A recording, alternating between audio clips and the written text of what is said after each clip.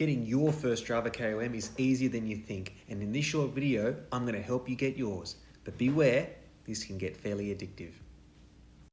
Okay, so step one, which I think is the most important step, which is research.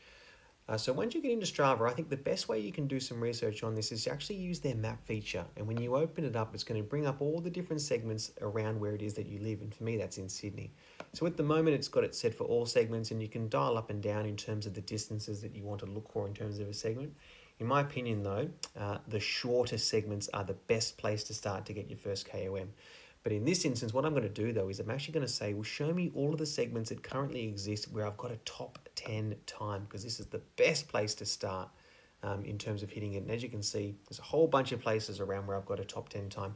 The one we're going to dial in on though is this one called Effingham Straight Line. And when we bring up the KOM, you can see a few more details on it. In particular, you can see not only the distance at the top and the different gradients, but also we can start to scope out the different ways you're going to enter this KOM. So whether or not you come down this line from the west or from this way from the east to hit that KOM at a really high entry speed. Because the next step after you've selected your KOM is to go and scope it out.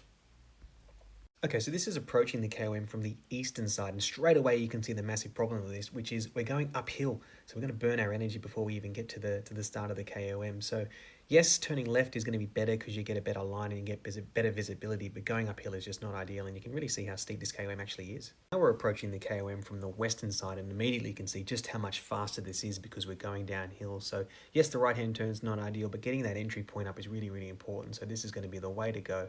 So now just sit back and enjoy while we give it some on the next attempt.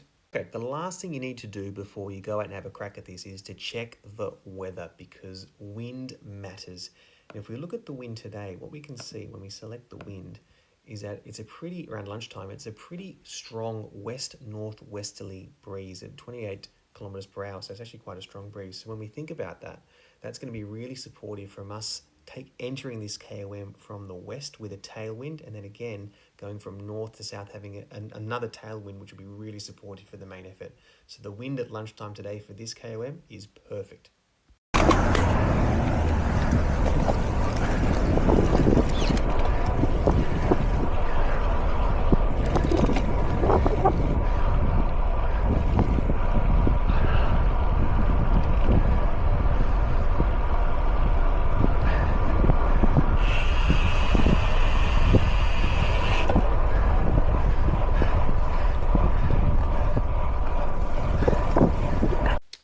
Now, before I tell you if we got the KOM, there's two quick points I want to make. Number one, be safe. If a car comes out or gets in your way, don't be a hero. Just turn around and try it again.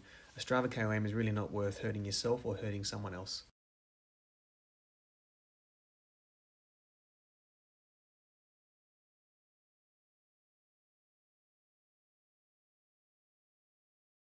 So here we go, and as you can see, we got the KOM we were after, which is awesome. And interesting, we actually got a second overall time on a different segment we had a crack at a little bit earlier. So please let me know if you're interested in seeing another video where we sort of formulate how it is we're going to go about getting that KOM. But thank you so much for watching.